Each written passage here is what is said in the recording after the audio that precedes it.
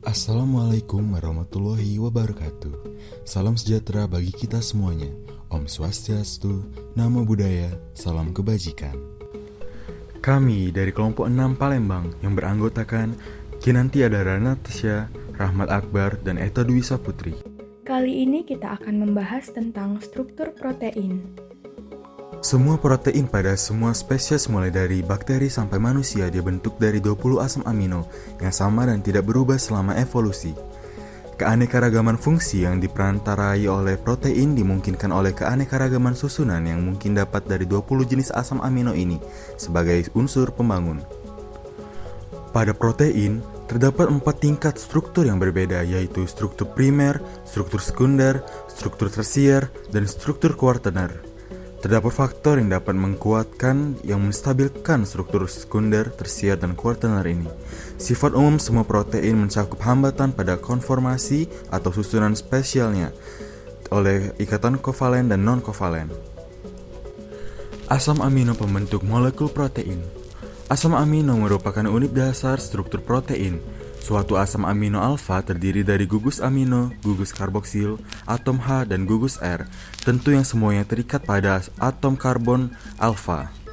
Atom karbon ini disebut alfa karena bersebelahan dengan gugus karboksil asam.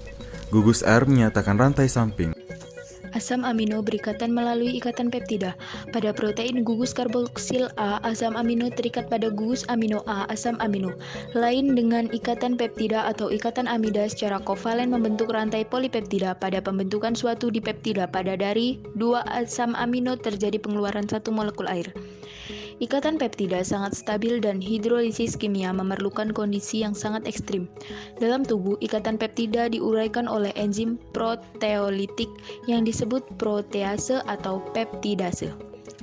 Banyak asam amino berikatan melalui ikatan peptida membentuk rantai polipeptida yang tidak bercabang. Asam amino di dalam suatu protein tersebut residu asam amino. Residu asam amino pada salah satu ujung rantai memiliki sebuah gugus amino bebas dan pada rantai yang memiliki gugus karboksil bebas. Berdasarkan kesepakatan, ujung asam amino diletakkan pada awal rantai polipeptida. Urutan asam amino protein ditentukan oleh gen. Pada tahun 1953, Friedrich Sanger menentukan urutan asam amino insulin, suatu hormon protein. Ini merupakan pertama kali diperhatikan bahwa protein mempunyai urutan asam amino yang tepat. Diperlihatkan juga bahwa insulin terdiri hanya dari asam amino L yang saling berhubungan melalui ikatan peptida antara gugus amino A dan gugus karboksil A. Rangkaian penelitian pada akhir tahun 1950-an dan awal 1960-an mengungkapkan bahwa urutan asam amino dalam protein ditentukan secara genetik. Urutan nukleotida dalam DNA, suatu molekul herediter, menentukan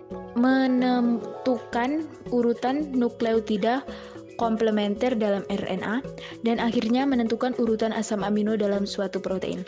Tiap rangkaian 20 asam amino disandi oleh satu atau lebih urutan 3 nukleotida tertentu. Perubahan urutan asam amino dapat mengakibatkan gangguan fungsi protein dan menimbulkan penyakit. Penyakit yang bersifat fatal seperti anemia sel sabit dan fibrosis kristik disebabkan oleh perubahan asam amino dalam satu protein. Berikut ini adalah 4 tingkat struktur protein. Yang pertama struktur primer, yang kedua struktur sekunder, yang ketiga struktur tersier, yang keempat struktur kuartener. Struktur primer. Struktur primer suatu protein semata adalah urutan linear asam amino yang disatukan oleh ikatan peptida yang mencakup lokasi setiap ikatan di sulfida. Tidak terjadi percabangan rantai.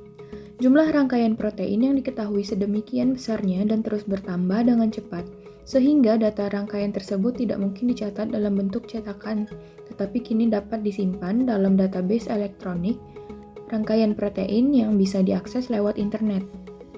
Struktur sekunder, daerah di dalam rantai peptida yang membentuk struktur reguler, berulang, dan lokal yang terjadi akibat adanya ikatan hidrogen antara atom-atom ikatan peptida. Ini berhubungan dengan pengaturan kedudukan ruang residu asam amino yang berdekatan dengan urutan linear. Daerah tersebut yang terkenal dengan struktur sekunder mencakup alpha helix, beta sheet, dan beta turn atau beta band. Struktur tersier.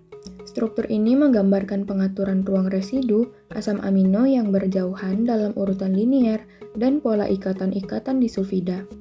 Merupakan konformasi 3 dimensi keseluruhannya. Istilah struktur ini mengacu pada hubungan spasial antar unsur struktur sekunder. Pelipatan polipeptida pada suatu domain biasanya terjadi tanpa tergantung pada pelipatan domain lainnya. Struktur tersier menjelaskan hubungan antara domain ini, cara di mana pelipatan protein dapat menyatukan asam amino yang letaknya terpisah dalam pengertian struktur primer dan ikatan yang menstabilkan konformasi ini. Interaksi hidrofobik sangat penting bagi struktur protein.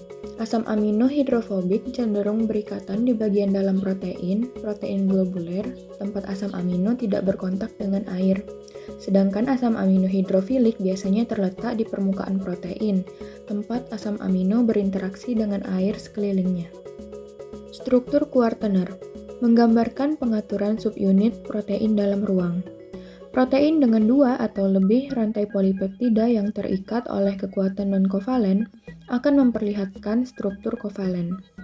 Dalam protein multimerik ini, masing-masing rantai polipeptida disebut protomer atau subunit.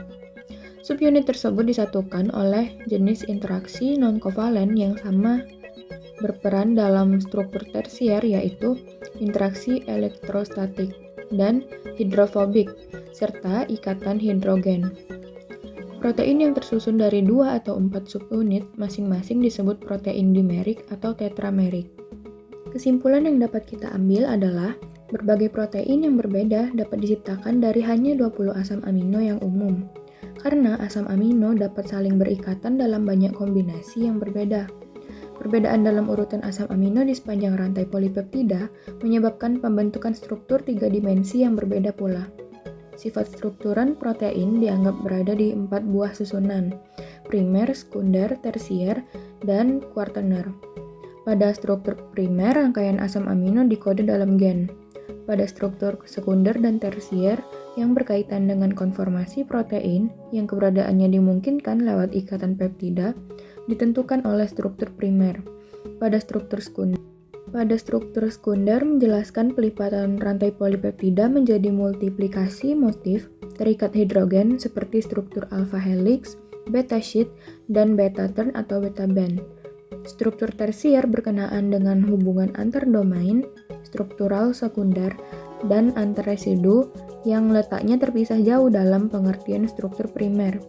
Struktur kuartener yang hanya mendapat protein dengan 2 atau 3 rantai polipeptida atau protein oligomerik menjelaskan titik kontak. Sekian pemaparan hasil diskusi kelompok 6.